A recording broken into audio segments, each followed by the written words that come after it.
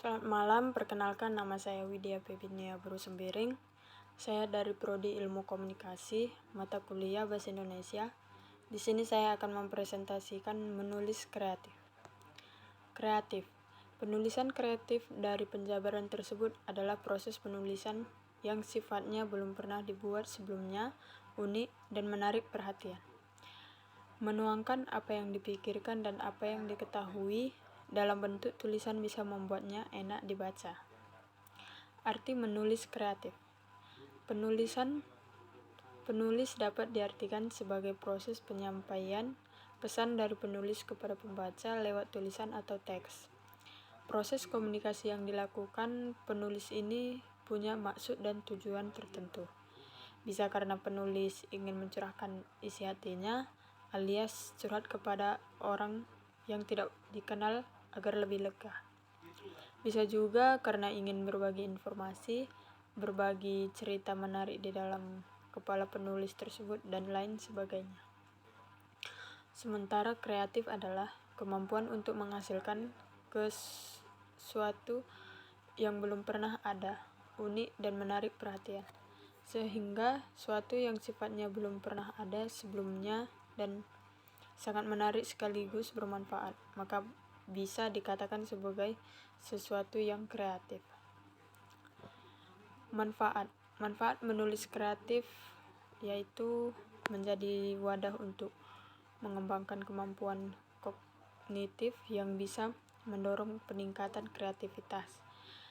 Yang kedua, bisa menjadi wadah untuk mengungkapkan isi hati atau apa yang dirasakan. Yang ketiga, bisa menjadi media untuk menyampaikan ide atau gagasan yang dimiliki secara khas, misalnya menggunakan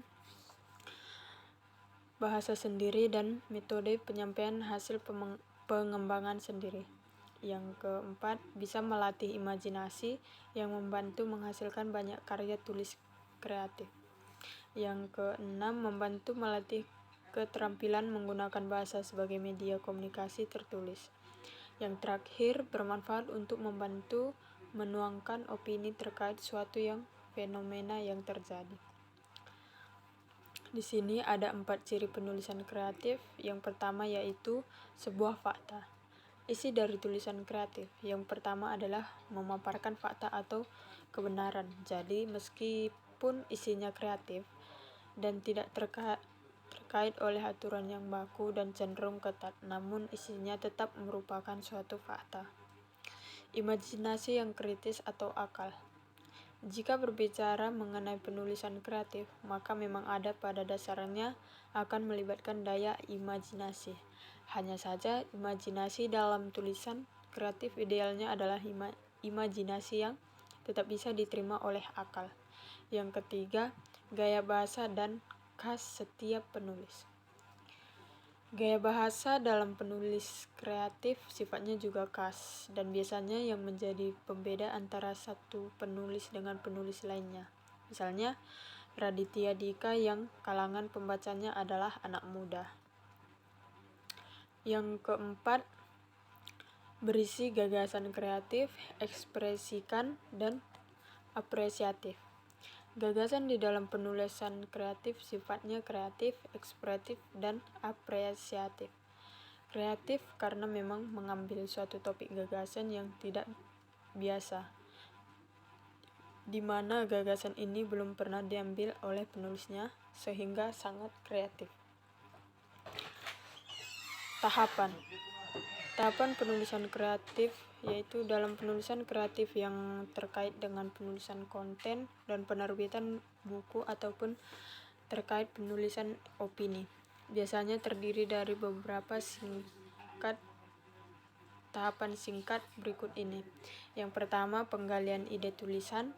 Yang kedua, membuat kerangka tulisan. Yang ketiga, menentukan judul yang relevan. Yang keempat, penulisan paragraf pertama atau menarik.